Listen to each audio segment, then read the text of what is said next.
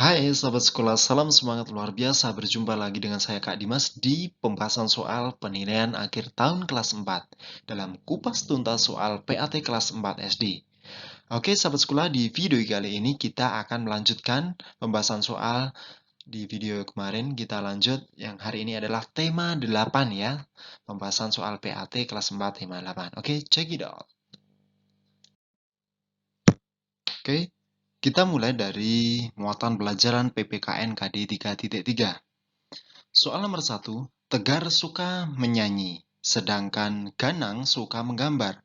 Meskipun berbeda kegemaran, sikap yang harus dilakukan Tegar dan Ganang yang benar adalah A. Tetap selalu rukun berteman, B. Suka berkelahi, C. Suka menyalahkan satu sama lain, atau D. Bersaing untuk menjadi yang terbaik. Bagaimana yang paling benar? Ya, jawabannya adalah A ya, tetap selalu rukun berteman. Oke, soal nomor 2. Keberagaman karakteristik masyarakat Indonesia pada hakikatnya bisa untuk dijadikan sebagai A. Pembeda di masyarakat, B. Penguat antar suku, C. Alat pemersatu bangsa, atau D. Alat pemisah golongan. Ya, benar. Jawabannya adalah C. Alat pemersatu bangsa. Soal nomor 3. Lingkungan di daerah perkotaan yang paling banyak bisa dijumpai penduduk yang bekerja sebagai. Oke, kita garis bawahi dulu bahwa kata kuncinya adalah perkotaan. Perkotaan dijumpai penduduk bekerja sebagai apa? Nelayan ini kan di pantai, jadi tidak mungkin. Mengolah tanah pertanian ini di desa. Pegawai atau karyawan kemungkinan. Yang D, mengolah kebun ternak ini di perkampungan juga. Berarti jawabannya adalah ya, D ya. Di perkotaan banyak yang bekerja sebagai pegawai atau karyawan. Nah, sahabat sekolah, lanjut soal nomor 4. Setiap daerah di Indonesia memiliki keunikan masing-masing, maka sikap kita terhadap keunikan di daerah yang lain itu harus. Sikap kita bagaimana? A. Saling bersaing, B. Saling menghargai, C. Saling bertengkar, D. Tidak peduli. Yang paling benar yaitu, ya benar ya, saling menghargai. Soal nomor 5. Sikap yang harus kita lakukan terhadap teman yang berasal dari daerah lain, kecuali, nah, ada kata kecualinya, berarti yang bukan, yang tidak patut dilakukan. A. Menjalin permusuhan. Menjalin permusuhan ini ya bukan dilakukan ya, kemungkinan bisa jadi jawaban yang A. Kita lihat jawaban yang lain. B. Menjalin pertemanan. Nah, ini termasuk bagus, jadi bukan jawabannya. C. Bermain bersama teman, ini perilaku bagus. D. Tidak membeda-bedakan teman, bagus. Berarti jawaban yang mungkin adalah A ya. Ya, A. Menjalin permusuhan terhadap teman yang berasal dari daerah lain. Tuh, kecuali itu ya. Oke, soal nomor 6. Sikap kita terhadap teman yang berbeda agama yaitu menghargai dan menghormati teman dengan cara berbeda agama, kata kuncinya. Jika beda agama, kita bagaimana? Menghormatinya dengan cara A. Memusuhi teman. Masa memusuhi? B. Melarang teman beribadah sesuai ajaran agama. Tidak mungkin ya A dan B ini. C. Merusak tempat ibadah. Nggak boleh ini. D. Mempersilahkan teman beribadah sesuai ajaran agamanya. Iya, D ya jawabannya. Oke, sahabat sekolah, lanjut soal nomor 7, masih di PPKN 3.3. Karakter dan gaya hidup seseorang serta nilai-nilai yang berkembang secara teratur sehingga tidak laku menjadi lebih konsisten dan mudah diperhatikan disebut dengan A. Ciri khas, B. Karakteristik, C. Gaya hidup, atau D. Tingkah laku. Ya, karakteristik ya, jawabannya B. Soal nomor 8. Masyarakat Indonesia terdiri atas beragam karakteristik yang berbeda antara masyarakat yang satu dengan masyarakat yang lain. Hal ini menunjukkan bahwa masyarakat Indonesia merupakan masyarakat A. Tunggal, B. Masyarakat majemuk, C. Masyarakat singular, atau D. Masyarakat universal. Ya. Yang mana? Jadi beragam karakteristiknya. Berarti masyarakat ya majemuk, beragam. Tuh. Oke, lanjut di muatan pelajaran Bahasa Indonesia KD 3.9. Oke, soal nomor 9. Tokoh yang memiliki peran penting dalam cerita ditampilkan terus-menerus dan mendominasi cerita adalah A. Protagonis, B. Antagonis, C. Tokoh utama, atau D. Tokoh tambahan. Ya, benar. Tokoh utama ya jawabannya karena ditampilkan terus-menerus dan mendominasi. Begitu, kita lanjut soal nomor 10. Cerita fiksi yang berisi kisah yang bisa membuat orang mudah tertawa dinamakan tertawa kata kuncinya ya. Cerita pendek, tragedi, C. Horor, D. Humor. Yang mana yang membuat orang tertawa? Ya, cerita humor ya. Oke, sahabat sekolah, kita lanjut untuk soal nomor 11. Ada teks bacaan yang cukup panjang ya. Kita biasakan dulu baca soalnya. Tokoh utama yang terdapat dalam cerita di atas berarti yang ditanyakan hanya tokoh utama ya. Kita baca Mani Angkran. Mani Angkran adalah putra Sidimantra, seorang Brahmana. Mani Angkran dan ayahnya tinggal di kerajaan Daha, Bali saat Pulau Bali belum terpisah dengan Pulau Jawa. Mani Angkran suka sekali menghambur-hamburkan harta orang tuanya. Berulang kali Sidimantra menasihati anaknya. Namun, Mani Angkran tidak mau mendengarkan nasihat ayahnya. Harta orang tuanya pun dihabiskan, bahkan dia berani berhutang kepada orang lain. Pada akhirnya Mani dikejar-kejar penagih hutang. Sidimantra tidak tega, hartanya sudah habis tetapi Sidimantra tidak mau anaknya celaka. Suatu saat Sidimantra mendapatkan petunjuk lewat mimpi untuk meminta pertolongan pada naga Besuki di Gunung Agung. Naga Besuki adalah naga hijau besar, ekornya penuh dengan emas dan permata. Sidimantra segera bergegas untuk menemui naga Besuki di Gunung Agung. Sidimantra menjelaskan maksud kedatangannya kepada naga Besuki. Sidimantra meminta sedikit harta untuk membayar utang-utang Mani Angkran. Naga Besuki bersedia ya untuk membagi sebagian hartanya. Naga Besuki mulai menggoyang-goyangkan ekornya seketika beberapa emas dan permata pun rontok. Sayangnya harta yang didapat ayahnya kembali digunakan Mani Angkran untuk berfoya-foya. Mani Angkran pun yang kehabisan hartanya akhirnya mencari tahu tempat ayahnya mendapatkan harta. Seseorang memberitahunya bahwa Sidimantra memperoleh harta dari Naga Besuki. Mani Angkran segera menuju Naga Besuki di Gunung Agung. Seperti yang telah dilakukan ayahnya, Naga Besuki, "Sudikah kiranya kau bagi sedikit hartamu untuk membayar utang-utangku?" kata Mani Angkran kepada Naga Besuki. "Aku sudah memberi ayahmu Sidimantra emas dan permata. Apakah itu masih kurang?" kata Naga Besuki sedikit kesal. "Aku mohon beri aku sedikit lagi hartamu, Naga Besuki yang murah hati." Mohon Mani Angkran kepada Naga Besuki. "Baiklah, aku akan mengabulkan permintaanmu, asal kau berjanji tidak akan berfoya-foya lagi," kata Naga Besuki. Naga Besuki akhirnya luluh. Dia mulai menggoyangkan ekornya. Mani Angkran silau melihat begitu banyak emas dan permata menempel di ekor Naga Besuki. Dia segera memotong ekor Naga Besuki dengan pedang. Namun Naga Besuki berhasil menghindar. Dia segera menyemburkan api dari mulut sehingga Mani Angkran terbakar menjadi abu. Sidimantra yang melihat kejadian itu segera mohon kepada Naga Besuki untuk menghidupkan kembali Mani Angkran. "Wahai Naga Besuki, sudikah kau menghidupkan kembali anakku Mani Angkran? Beri dia kesempatan untuk memperbaiki diri. Mohon Sidimantra. Aku akan menghidupkan Mani Angkran lagi, tapi dengan satu syarat. Mani Angkran tidak boleh pulang bersamamu. Dia harus tinggal bersamaku dan menjadi muridku. Aku akan mengajarkan dia menjadi orang yang baik dan berilmu," kata Naga Besuki sambil menghela nafas. "Baiklah, Naga Besuki, aku serahkan anakku kepadamu untuk dididik menjadi anak yang baik," jawab Sidimantra.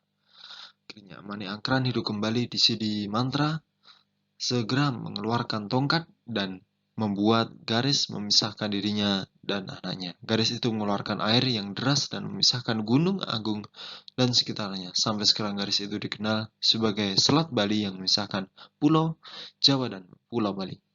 Oke, sahabat sekolah, kita baca kembali soalnya. Tokoh utama yang terdapat dalam cerita di atas adalah, ya, benar sekali. Jawabannya adalah Mani Angkeran, ya, D. Berikutnya untuk soal nomor 12, tokoh yang berwatak jahat dalam cerita di atas adalah, ya, Mani Angkeran.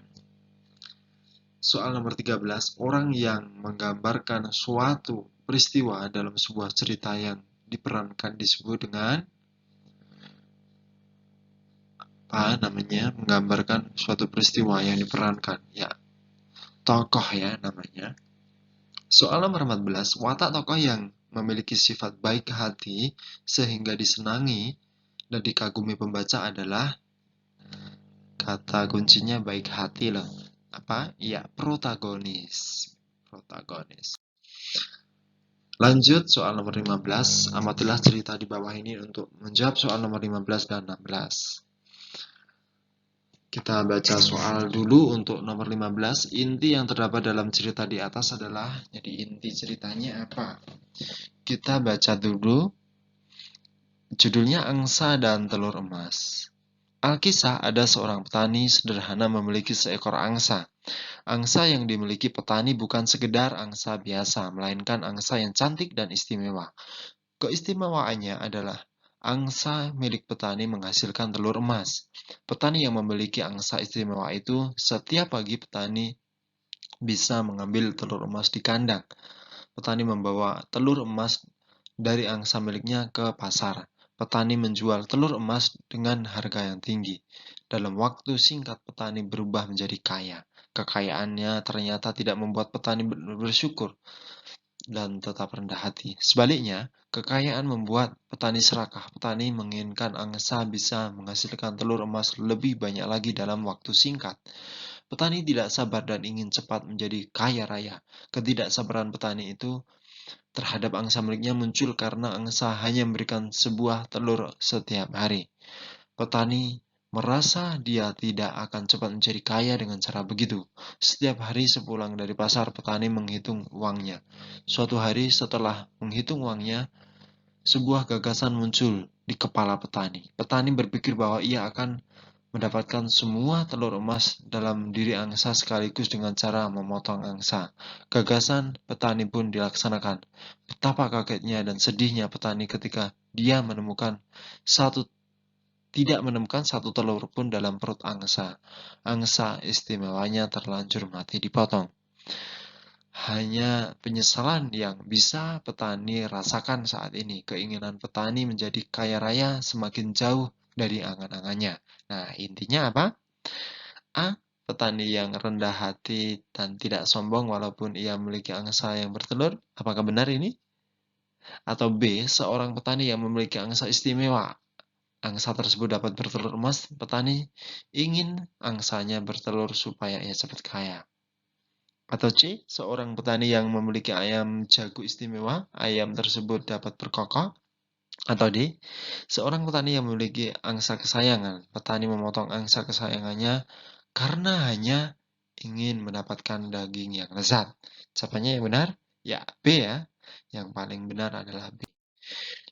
Soal nomor 16. Berdasarkan cerita angsa dan telur emas, di atas tokoh utama yang berperan adalah tokoh antagonis. Pak Tani ya. Nah, kita memasuki muatan IPA KD 3.4. Perpindahan kedudukan suatu benda terhadap benda yang lain. Baik perpindahan kedudukan yang mendekati maupun menjauhi suatu benda atau tempat asal akibat benda itu dikenakan gaya disebut apa? Perpindahan kedudukan, ya, gerak namanya ya. Soal nomor 18, gaya yang dibutuhkan ketika menimba air sumur adalah gaya berupa A. Dorongan, B. Tarikan, C. Gesek, D. Listrik. Mudah sekali ini ya. Tarikan ya, kan menarik menimba sumur. Soal nomor 19, pernyataan di bawah ini yang benar adalah A. Gaya bisa menyebabkan benda bergerak. B. Gaya bisa menciptakan gaya yang tak terbatas. C. Gerak dan gaya adalah sesuatu yang sama. D. Semua gaya akan membuat benda bergerak maju. Jawabannya? Ya, gaya bisa menyebabkan benda bergerak. Soal berikutnya nomor 20. Gerakan mendorong atau menarik, yaitu mendorong atau menarik yang menyebabkan benda bergerak disebut gaya ya. D. Gaya. Soal nomor 21. Di bawah ini beberapa macam pengaruh gaya terhadap gerakan benda kecuali. Ada kecualinya, yaitu macam pengaruh gaya terhadap gerakan benda. A. Gaya dapat mengaruhi benda dalam diam menjadi tetap diam. Atau B. Gaya dapat mengaruhi benda bergerak menjadi diam. Atau C. Gaya dapat mempengaruhi benda dan menjadi bergerak.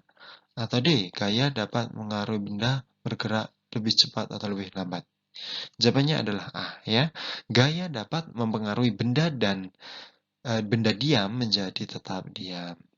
Ya, kecuali, karena kecuali. Jadi, yang B ini ya benar tentang gaya. Gaya dapat mengaruhi benda bergerak menjadi diam, juga bisa menjadi diam jadi bergerak, dan yang D juga benar ini. Gaya dapat mengaruhi benda bergerak jadi lebih cepat atau lebih lambat. Nah, yang tidak termasuk kecualinya adalah A. Lanjut soal nomor 22. Pengaruh gaya terhadap gerakan benda terdapat pada peristiwa. Jadi pengaruh gaya terhadap gerakan benda. A. Anak sedang tidur di kamar. B. Gadis kecil yang meniup balon. C. Ibu yang sedang duduk di teras rumah. Atau D. Seorang bapak yang mendorong mobil. Jawabannya adalah ya D ya. Seorang bapak ini adalah seorang bapak sedang mendorong mobil, ini gayanya. Dan mobil pasti akan bergerak. Begitu. Oke, berikutnya soal masih IPA ya. Soal nomor 23, hubungan gaya dan gerak pada peristiwa bermain ketapel saat anak menarik ketapel dan melepaskannya adalah ya, jawabannya adalah A ya. Gaya mempengaruhi benda diam menjadi bergerak.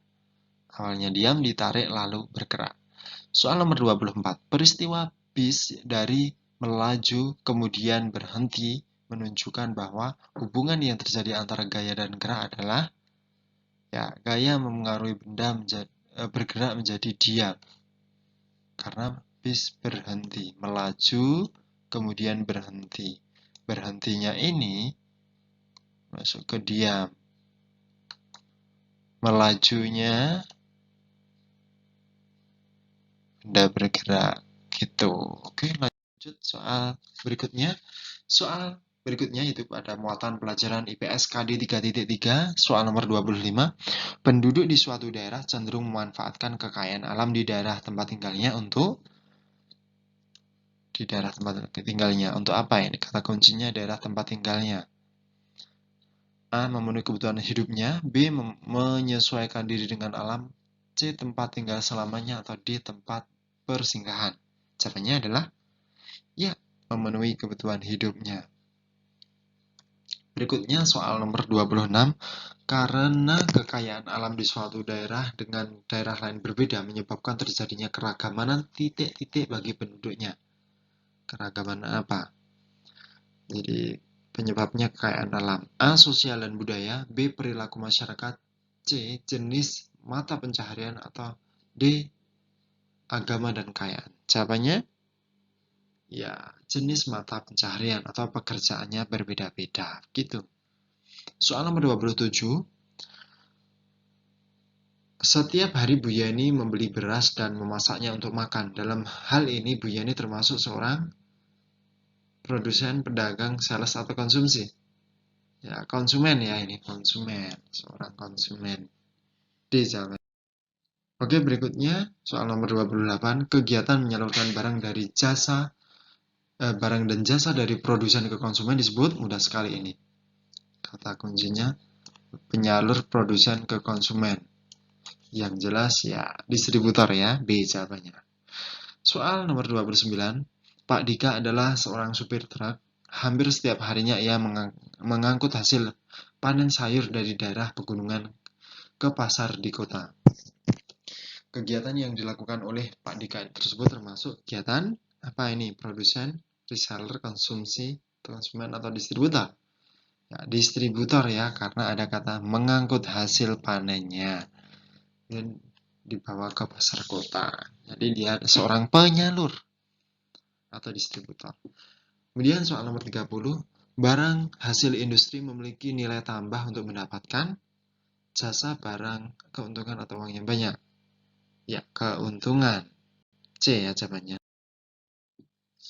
Gitu. Berikutnya, untuk masih PS soal nomor 31, semua kegiatan yang dilakukan oleh manusia untuk memenuhi kebutuhan hidupnya disebut A. Kegiatan ekonomi, B. Kegiatan produksi, atau C. Konsumsi, dan D. Distribusi. Jawabannya adalah ya, kegiatan ekonomi.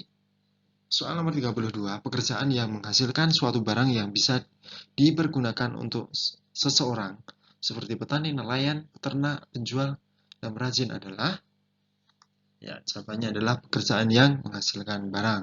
C. Oke, sahabat sekolah, kita masuk ke muatan belajar SPDP KD 3.2 untuk soal nomor 33. Cepat lambatnya lagu yang dinyanyikan. Cepat lambatnya lagu yang dinyanyikan disebut dengan anotasi B irama, C saja, atau D tempo. Ya, jawabannya adalah tempo. Cepat lambat. Soal nomor 34. Susunan nada yang berurutan naik dan turun, naik atau turun disebut ya, tangga nada ya. Nomor 35. Tempo lagu Injit-Injit Semut adalah ya, 90. D jawabannya. Oke, berikutnya soal nomor 36. Serangkaian gerakan indah dari anggota tubuh yang dapat dinikmati oleh orang lain disebut gerak tari. A. Soal nomor 37. Tarian daerah Indonesia memiliki berbagai unsur ya. Berikut ini yang bukan merupakan unsur tarian daerah adalah yang bukan loh. Tata rias masuk, musik iringan masuk tidak, busana masuk ya. Logat yang diucapkan. Nah, yang mana? Logat ini ya. Yang bukan adalah logat. Kemudian soal berikutnya, soal nomor 38. Tari merak berasal dari ya, Jawa Barat. Mudah sekali ini. Oke. Berikutnya soal nomor 39. Karya seni rupa yang memiliki ukuran panjang dan lebar disebut panjang lebar. Panjang dan lebar. 1, 2. Berarti 2 dimensi, 3 dimensi, 4 dimensi, atau 1 dimensi? Ya, 2 dimensi karena panjang dan lebar. Oke, soal terakhir nomor 40. Benda-benda yang terdapat yang berbentuk menyerupai bangunan kubus atau balok disebut dengan benda ya, benda kubistis. C jawabannya. Itu ya.